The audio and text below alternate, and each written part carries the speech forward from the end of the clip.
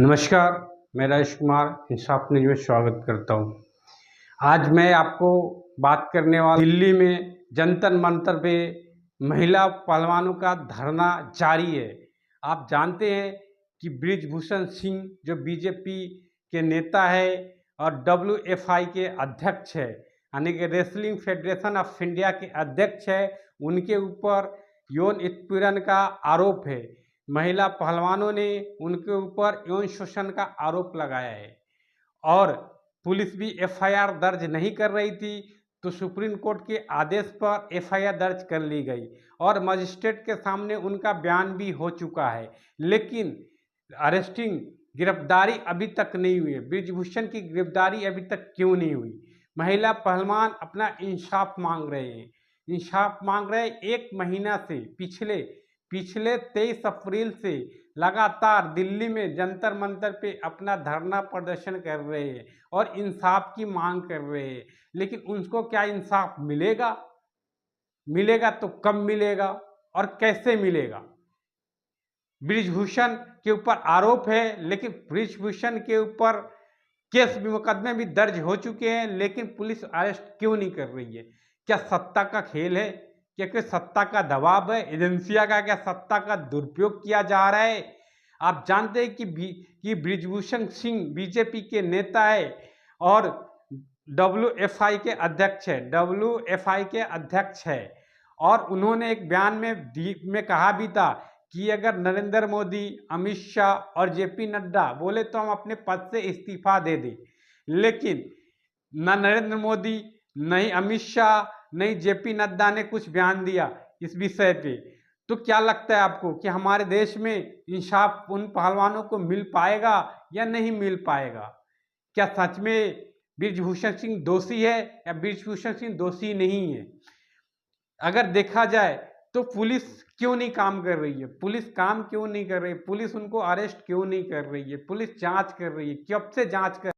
क्या पुलिस सत्ता के दबाव में काम कर रही है? सत्ता का दुरुपयोग हो रहा है क्या? ये सवाल है। ये सवाल तो बिल्कुल बनता है। 1 महीने हो गए और जब पीड़िता का बयान भी दर्ज हो गया तो फिर अरेस्टिंग क्यों नहीं? सवाल ये उठता है कि अरेस्ट क्यों नहीं किया जा रहा है? अरेस्ट नहीं किए जाने के वजह से ही दिल्ली में धरना प्रदर्शन किए जा रहे हैं।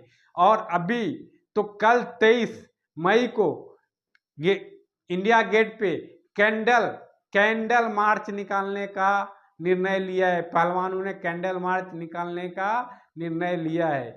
लेकिन हम आपको बता देते हैं कि ये जो यौन शोषण की मामला है वो सिर्फ यहीं पे नहीं, देश में हर क्षेत्र में होता है। चाहे वो कॉरपोरेट के फील्ड हो, पॉलिटिक्स के फील्ड हो, फिल्म जगत के फील्ड हो, चाहे प्रशासन के फील्ड हो, हर फील्ड में सीनियर लोग जूनियर का शोषण करते ही करते हैं। लेकिन आवाज है ना जनता के बीच नहीं आती है, क्योंकि ये मैटर को दबा दिया जाता है। कोई भी है अपने आप को उछालना नहीं चाहता है, मार्केट में समाज के नजरों में लाना नहीं चाहता है, मैटर को दबा देता है। लेकिन ऐसी घटना हमेशा घटती रहती है, डेली घटता रहता है, घटना डेली घटती रहती है, लेकिन लोगों के पब्लिक में नहीं आती है, क्योंकि बात को दबा दिया जाता है। शोषण तो हमेशा होता है। शोषण और लूट की खबरें आप हमेशा सुनते होंगे, देखते होंगे, क्योंकि ये आम बात हो गई है कि आजकल सिर्फ है ना शोषण और लूट हमेशा होता ही रहता है। लेकिन ये जो आरोप है यौन शोषण का, तो क्या सच में ये आरोप है या सच में बृजभूषण सिंह दोषी है या ये गलत आरोप है उनके ऊपर? अगर पूरे गहराई से सोचेंगे जाएंगे तो आपको पता चलेगा कि जो ये आरोप है बिल्कुल सत्य है। इसमें कोई दो राय नहीं है कि बृजभूषण सिंह ने उन पहलवान लड़कियों का शोषण नहीं किया। उन पहलवान लड़कियों को शोषण किया है, नाबालिग है उनको भी शोषण किया गया, क्योंकि 7 लड़कियों का आरोप है शोषण का। तो शोषण तो किया गया, ऐसा नहीं कि शोषण नहीं किया गया, लेकिन शोषण जबरदस्ती तो नहीं किया गया है। आपको पता है कि आदमी काम पाने के लिए, कुछ बनने के लिए खुद को समर्पित करता है और खुद को ही है ना शोषण करवा लेता है, और शोषण करने वाला शोषण शुरू कर लेते हैं। बाद में उनको चाह के पता चलता है कि यार ये तो हमारे साथ गलत हो गया, ये ऐसा कैसे कर सकते हैं हमारे साथ। तो इस तरह क्या है ना मैटर है ना सामने आता है, इस तरह की बातें होती ही है। ठीक है, तो और ये में मुझे लगता है कि जहाँ तक कि ये वही बात है कि आदमी कुछ पाने के लिए, कुछ बनने के लिए, आदमी है ना रेसलिंग में चांस लेने के लिए आदमी ने है ना कंप्रोमाइज कर लेता है, और यहाँ पे कंप्रोमाइज हुआ है, और लेकिन कंप्रोमाइज कर लिया गया है, लेकिन आज उसके ऊपर आरोप लगा रहे हैं। तो इसमें दोषी किसको मानेंगे, ब्रिजभूषण सिंह के या ये पहलवान लड़कियों का जिनका यौन शोषण हुआ है, जिन्होंने यौन शोषण किया है? तो दोषी मेरे समाज से तो ये दोनों दोषी है, क्योंकि दोनों ने समाज में एक गलत मैसेज देने का काम किया है। अगर उस समय शोषण नहीं करवा के, अगर शोषण होने की बात हुई थी उस समय अगर विरोध कर देते, तो मार्केट में अगर पब्लिक के बीच आ जाती तो उनका शोषण भी नहीं होता, आज न्याय की गुहार भी लगाने की जरूरत ना होती। तो न्याय के लिए गुहार लगा रहे और पूरे जनता से वो अपील कर रहे पहलवान की उनके साथ साथ 23 मई को कैंडल मार्च में शामिल हो, उनको सपोर्ट करे। और ब्रिजभूषण सिंह भी बचने का अपना भरपूर प्रयास कर रहे। और आपको बता दें कि उत्तर प्रदेश में ब्रिजभूषण का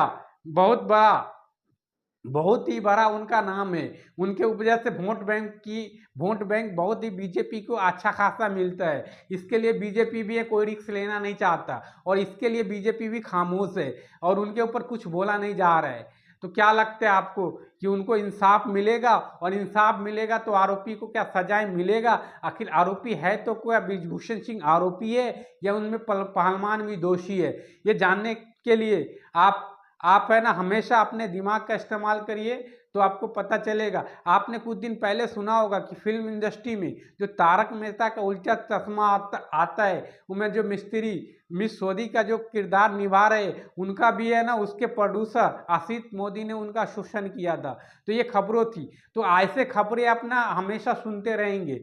खास करके अगर फिल्म जगत में तो ये खबरें हमेशा सुनने को मिलता है कि उनका साथ कंप्रोमाइज हुआ, उनका यह शोषण हुआ, उनका वो शोषण हुआ। तो शोषण का सिलसिला चलता रहता है। लेकिन अगर ये शोषणकर्ता को एक बार कड़ी से कड़ी सजाएं मिल जाए तो इससे समाज में मैसेज आएगा कि आगे से कोई भी कदम उठाने से पहले 10 बार सोचेगा। तो इस पे मैं गुजारिश करता हूँ कि जितना से जितना कठोर से कठोर सजाए हो इनको मिले, और कार्रवाई हो और इनको सजाए मिले, जिससे कि समाज का कल्याण हो। आगे चल से कोई भी ऐसा कदम उठाने से पहले 10 बार सोचे और ऐसा कदम उठा ना पाए।